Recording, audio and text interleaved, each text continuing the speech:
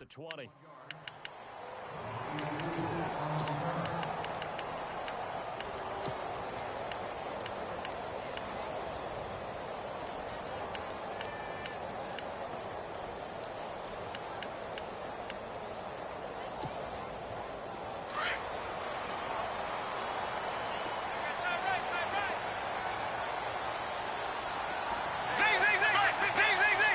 And the D-line pinching together must be expecting the run. On the ground, this is Leonard Fournette. And he's able to get this one up to the 45-yard line. 25 yards the pickup there, and also a first down. And Leonard Fournette impressing there with that run. It's hard to believe that no Jacksonville Jaguar has broken 1,000 yards since Maurice Jones-Drew in 2011. I think Leonard Fournette could be that guy. Even with the ankle injury last year at LSU, still averaged 6.5 yards per carry. And absolutely intimidated opposing defenses. A lot of guys simply didn't want to tackle him. 2 yards on the carry there. It'll be second down. Well, he was looking for some running room, and there wasn't a whole lot of it there on that play. I think he was lucky to get a couple of yards out of it because those defenders, they were rallying to the football pretty quickly. Let's see what the offense comes with here. 2nd and 8.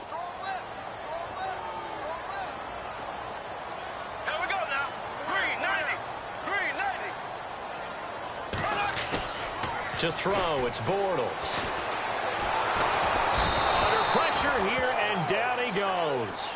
Sacked back at about the 43-yard line. Linval Joseph able to collapse the pocket and drop him for a loss of 3. Following the sack, 3rd and long for Bortles and the Jags.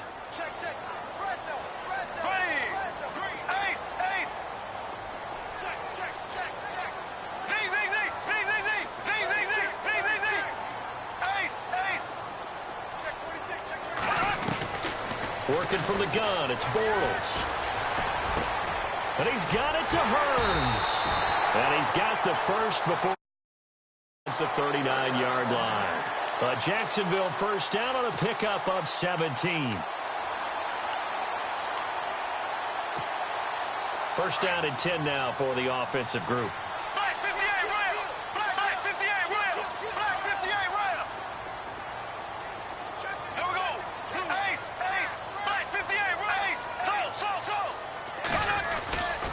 Bortles on the give to Fournette.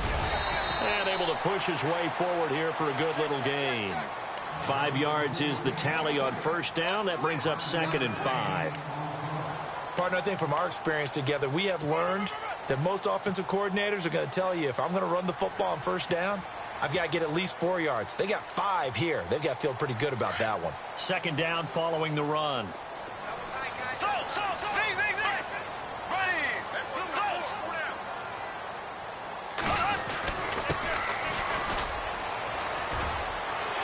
Finding room to the 20. And inside the 20 before he's brought down. 16 yards that time on the pickup for the Jags and a first down. That O-line, they cleared a big hole there on that run. The athleticism of offensive lines continues to evolve, and we're seeing it here. Not only are they controlling things right at the line of scrimmage, but they're able to get upfield to get to what we call the 2nd and the 3rd levels. You know, get to linebacker spot, the secondary spot, getting all the way downfield with their blocking, which helps keep the running back clean. They'll try to continue that trend here this afternoon. Now a handoff as they run left side. And they'll lose yardage here. Knocked back to the 19-yard line. That's going to go as a loss of a yard, and it'll be 2nd down. So the myth has been shattered. Every cornerback in the league is not just a cover corner. Some of them will stick their nose in there and make plays exactly as we just saw there. A big loss suffered by the offense after that nice tackle.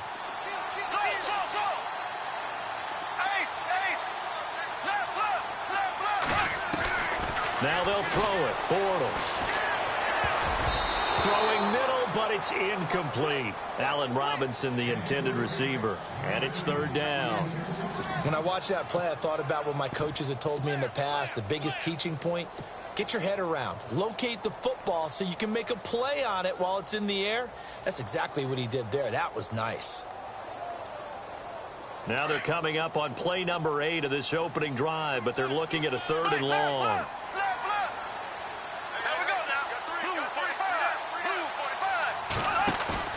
Play action. Now it's Bortles. Flushed out right. Trying to get it to Robinson, and it's intercepted. Picked off by Harrison Smith. And the return goes up to his own 17-yard line. Certainly not how they envisioned ending their opening drive here in the first quarter. Too many ones in this play. First quarter, first drive, first interception thrown. And that last one, that hurts.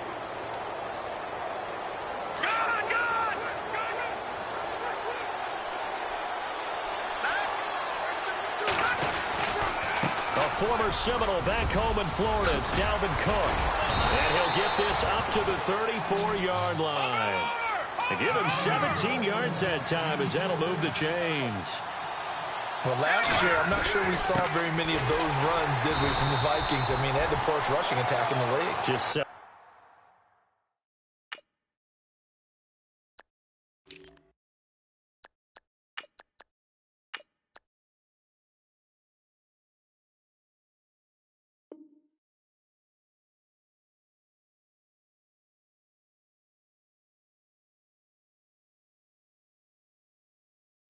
yards per game, but carries like the one we just saw, that'll help bolster that average. Yeah, certainly, and they tried to beef up the offensive line in the offseason, brought in Latavius Murray, and then drafted Dalvin Cook out of Florida State. Clock running, under a minute to go in a scoreless first quarter.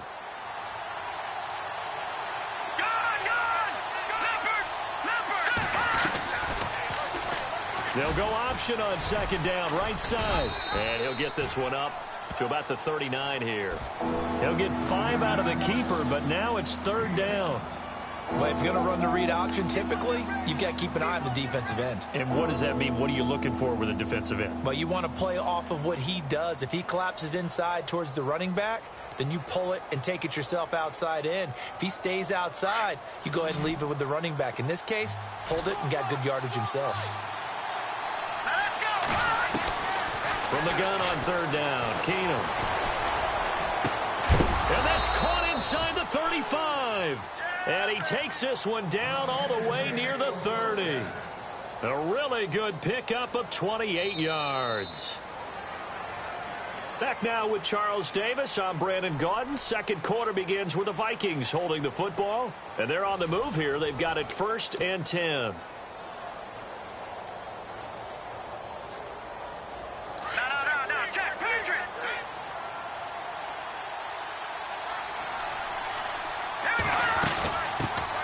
Now the Georgia Southern man. This is Jerick McKinnon.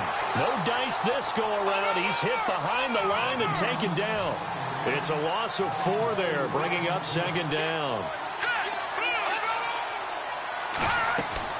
On second down, here's Keenum. And right with it here over the middle. A good pickup there at 22.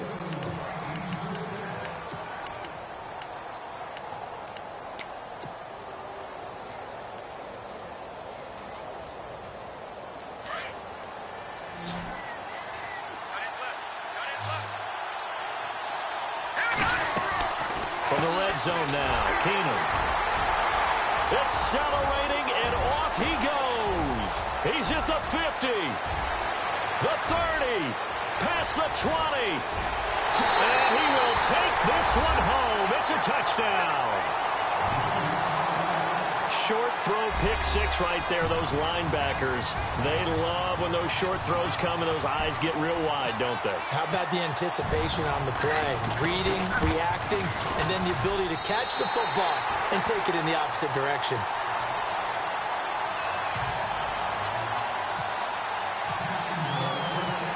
So they throw the pick 6. They'll get another shot at it now as this one's in the air.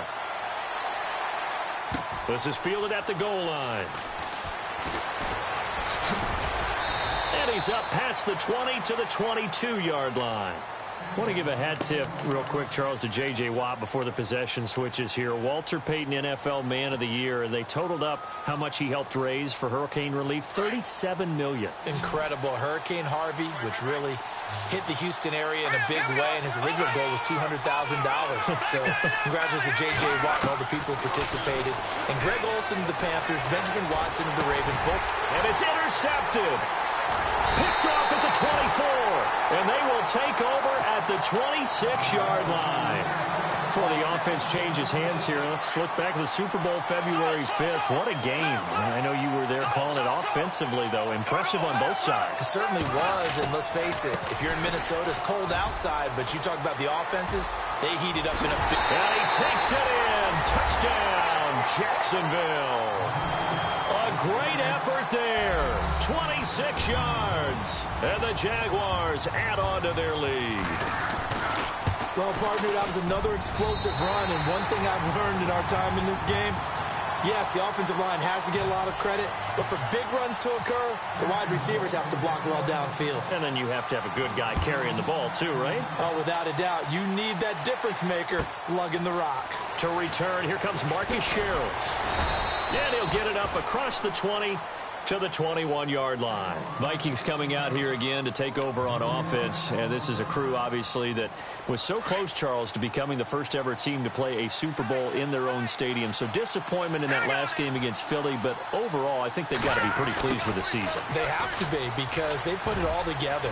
Won the NFC North. How about that win over the Saints in the divisional round? I mean, I don't know that they'll ever top that in terms of getting something done late in the game, especially with what was on the line. They do get Dalvin Cook back at running back next year. I think they'd still like to have a little more speed at wide receiver. But all in all, this team comes back pretty well intact and will be a force for a while. Yeah, that defense is pretty set. Very much so. I mean, try and move the ball against their front and then try and throw it against Xavier Rhodes. Good luck to you. Only 3 there on the pickup, but that's enough to move the chains. They run once more with McKinnon. Trying to turn the corner, but they string him out and stop him at the line of scrimmage. Officially no gain on the play, and it's second down. While there was no gain on that run, we do know coaches whose identity is rooted in taking it almost to the limit and then changing things up on you down the stretch. I think we're getting really close to that point in time, though, where the identity may have to go out the window, and they've got to go a little bit faster in order to try and... Jaguar pressure and a Jaguar sack. Malik Jackson coming up the middle, gets him there for a loss of about 9.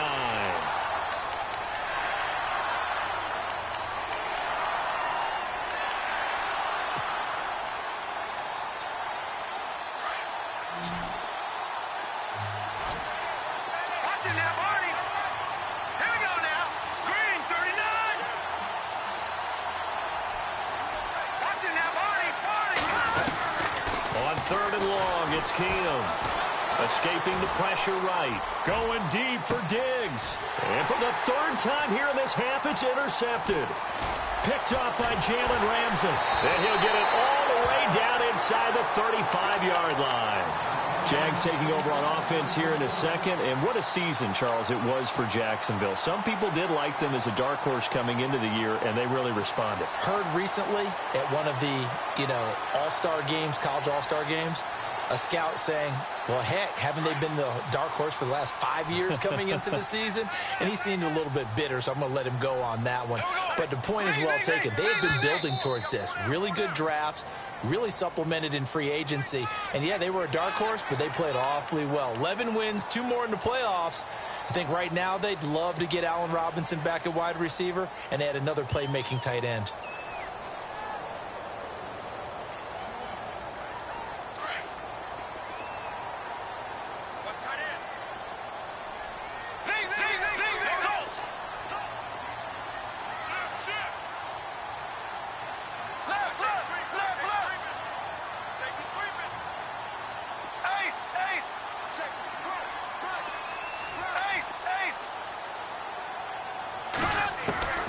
Shotgun now for Bortles.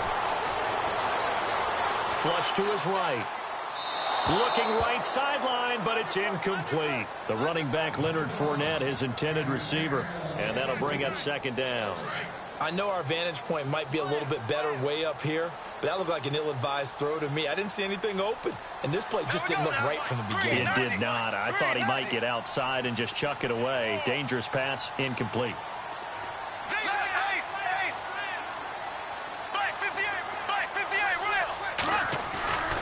On second down, here's Fournette. And some room to roam now. They will get this into the end zone down for a Jaguar touchdown. A great play there with his second touchdown here in this first half. And the Jaguars add 6 to their lead. And it is now 21-0.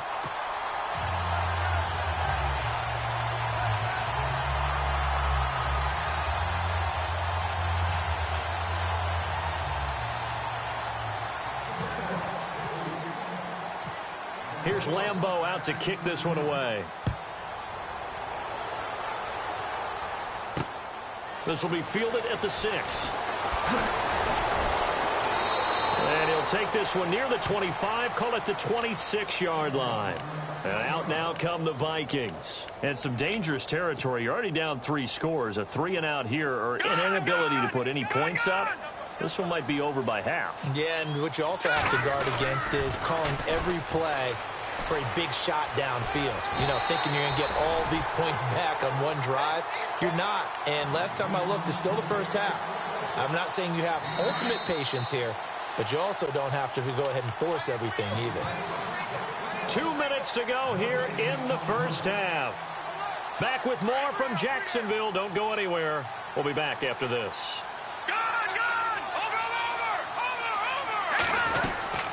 Here again is McKinnon. He got maybe a half yard at most, but officially they'll be left with a 3rd and 2. Now they got to get to the line quickly. No gain on that run, and while the team is down, there's still time to come back and win the football game. If I'm the offensive coordinator, though, I've got to think about moving at a faster pace and maybe opening things up a little bit and throwing it a little bit more. A 3-yard gain and enough for the first down. On any given pass play, you never know exactly where your exit points are going to be.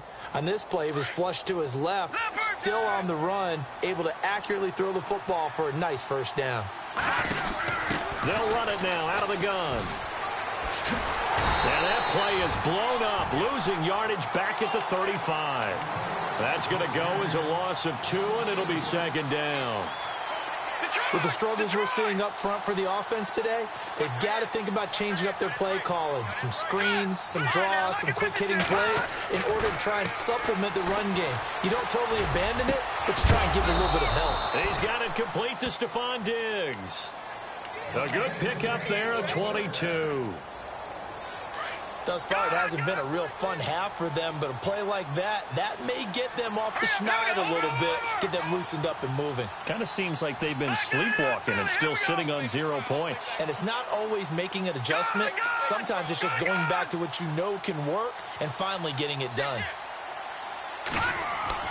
Now it's Keenum here off the bootleg. Now he's flushed out left. Got some real estate inside the 30. The left side caught by Diggs. And they're able to get this one past the 30 down to the 25. 17 more yards on that one as they keep the drive rolling. Now hold everything here. We're going to get a timeout by the offense, as they'll stop it with 27 seconds remaining here in the second quarter. And here comes play number 6 on this drive.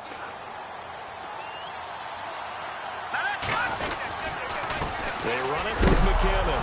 And it's a fumble. But fortunately, he's able to recover his own fumble, and that could have been trouble. Now the Vikings will use the second of their timeouts, as the clock will stop with 18 seconds to go in the first half. All I can say about this play is that someone's living right. I mean, he's trying to gain yardage, trying to get upfield. Ball comes free. What's that panic that we've talked about oftentimes that you feel when you lose the ball? You can sense it. Oh, you can sense it. And somehow he got to it and was able to recover it for his squad. On second down, here's Keenum. Eluding the pressure right. And that's going to be incomplete. 12 seconds left. I tell you, Brandon, this defense is playing with some confidence. Haven't allowed a point yet. Flying to the football. I'm telling you, it's almost 11 to the ball on every snap. Another nice job there to force an incompletion.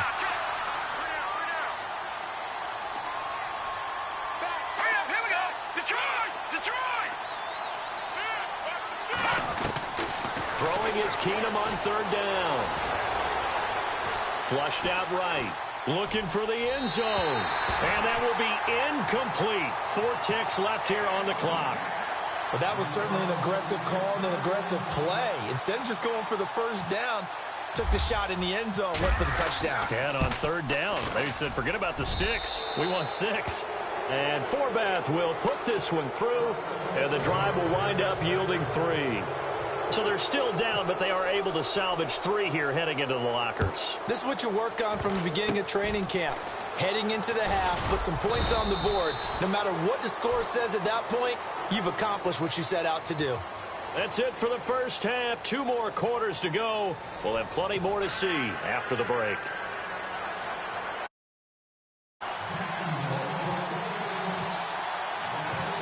So both teams have their marching orders, and we'll get going again here in quarter number 3.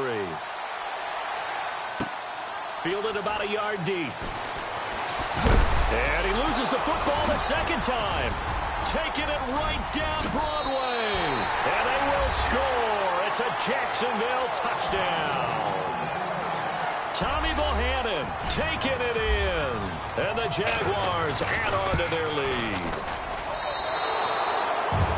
I'm glad we were paying attention during the rules seminar because we learned the only time you can't advance a fumble like that is in the last 2 minutes of either half. Right. Other than that, if that ball's out, whether forward or backwards, it's live and free for anybody. No doubt about it. When you say free, that means he's got free reign to pick it up and go. That's exactly what happened there. Took it in for a touchdown. And he'll get it up past the 20 to the 22-yard line. And now out comes Minnesota. They have the ball here for the inaugural drive of the second half. Pretty big deficit, though. We'll see what adjustments were made in that locker room. And I never want to make something more important than it actually is, right? I don't want to create more hype than what is there. But this is I'm doing it, though. This is a really important drive. And we often talk about teams scripting plays to start a game. A lot of them script to start the second half, too. And they're scripting something that they expect to get them into the end zone and back into this game. We'll see if that script is a good one for them.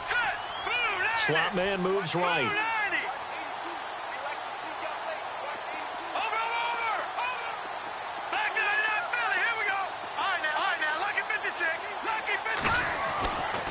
Again here on 2nd and 10.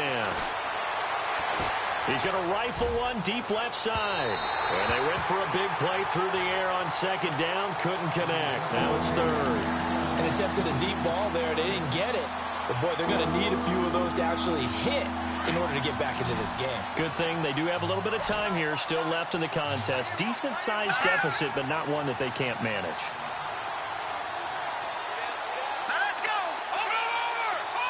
And the slot man goes in motion left.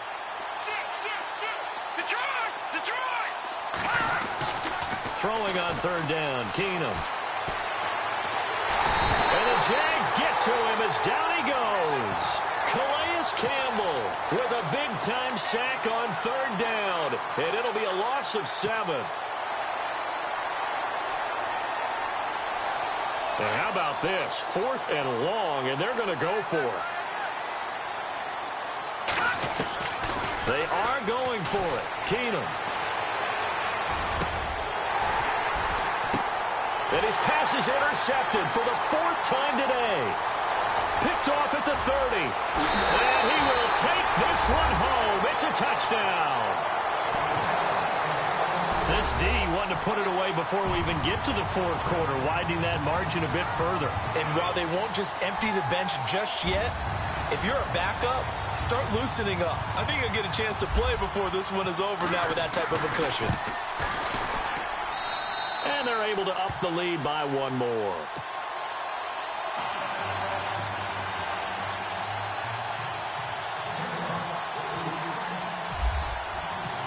So they'll get another shot on offense following that pick 6. And now the kick is away. That's fielded in the end zone. And he'll take it up past the 25 to the 26-yard line.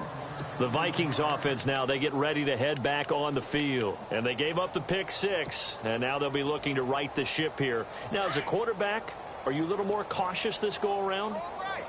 You should be, just because after what you gave up. But you can't be so cautious as to just really take things in, and now you're not going to play loose enough to give your team a chance to score. But you still have to be careful, because those defensive guys, I know the reputation defense guys can't catch. All evidence to the contrary on that last possession, though. Here we go now. The slot man in motion right. And no press coverage here. They are backing off in the secondary. On 1st and 10, here's Keenum. Escaping the pressure right. Gonna let it fly for Rudolph. So they took a shot on 1st down, but couldn't connect. Brandon, at least there's one bright side to that incompletion. What's that? It wasn't an interception. Wow. you're a nice guy. That was kind of savage. But correct. No pick, just incomplete that time. And he'll lose yardage here. Back at the 41. They called out a loss of 6 yards. And it's 3rd down now. Well, that wasn't exactly a work of art, was it? No, that wasn't a thing of beauty. This is why I don't play in points per reception fantasy league. Is that what they call it? Receiver still gets a point there. Yeah. And you went that far back. No bueno. Well, I'll tell you. And he can't find a receiver, and he's brought down. Malik Jackson in there to pick up his 2nd sack now of the afternoon. And they're going to at least line up to go for it here on 4th down. Here we go now. Look at 56. They will go for it. It's Keenum. Buying time to his left. Going deep for Diggs. And that's caught inside the 30. And they do finally get him, but he takes it to the 25. We know it's tough enough to pick up 1st downs on 3rd down plays, but when you go for it on 4th down, sometimes you're actually just praying, and on that play, the prayer was answered. To throw is Keenum. And it pops free. The collision there jarred the ball loose and brings up 2nd down. You get a tight end like this, and you know he's used to dishing out punishment, but here, he's one that has to absorb the contact, and as a result, unable to hold on to the football. And not much of a hole there as he gets it down to about the 24-yard line. 1 yard, the official pickup there, so it's going to set up 3rd and 9. Keenum. And he's going to go down. They sack him back right around the 30. Yannick Ngakoue in there to drop him for a 6-yard loss, and that'll lead to a 4th down. And this one looks good. It is good. Right down the pipe. And high fives for that one as that drive ends in 3.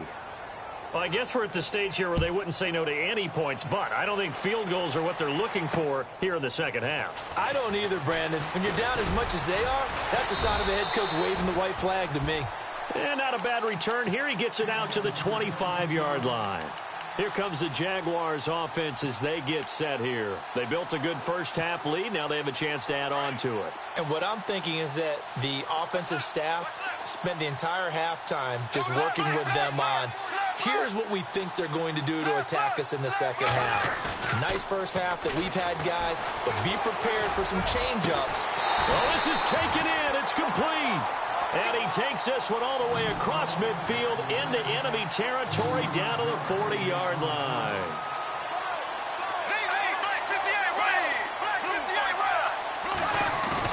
They go play action here on 1st down. Dancing to his left. And he's got his man out of the backfield. That's complete. And that one results in 35 yards. Sometimes it's designed, and sometimes you just have to know when to leave the pocket and move and make something happen. And on that play, he's able to get on the run and was still accurate throwing the football. They'll try and run forward with Fournette. And they'll get him down here at about the 5-yard line. Only a yard that time, 2nd and goal. That didn't just feel like good defense there. That felt like pride, didn't it? He's already gotten into the end zone twice, trying to get there for a 3rd time. No one likes to have the hat trick against them. Back now in Jacksonville. A lot of happy faces in the crowd at this point as their guys have a big lead here to start quarter number 4. Defense showing blitz. They come out here in the eye. They'll look to run it with Bohannon. They get 3 yards closer, but still work to do. It's 3rd and goal. The end result was brute force on brute force, but think about everything that's going on if you're playing defensive tackle. You're dealing with at least one blocker across from you, trying to deal with him, shed him, and maybe even a second one before you have to try and make the tackle on the big guy.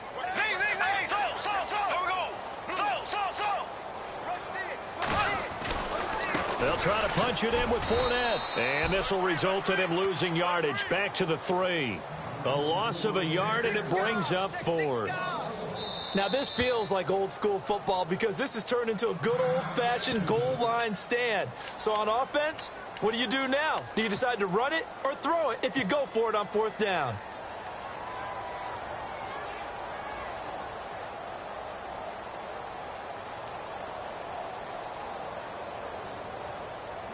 And I guess not content to get another 3 here late. They'll try to add 6 more as they go on 4th and goal.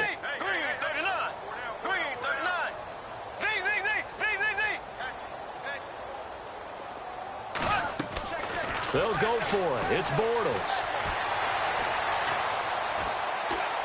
And he takes it in. Touchdown, Jacksonville. So another score there, and often you talk about the 3 phases of the game. Defense, offense, special teams. It's been a clean sweep in this one, hasn't it? It certainly has. They've been pretty dominant throughout this game. And privately, the head coach will add a 4th phase. That's the coaching. And he'll tell the ownership that as he tries to negotiate a new contract off of this win. They are looking strong here in the 4th quarter.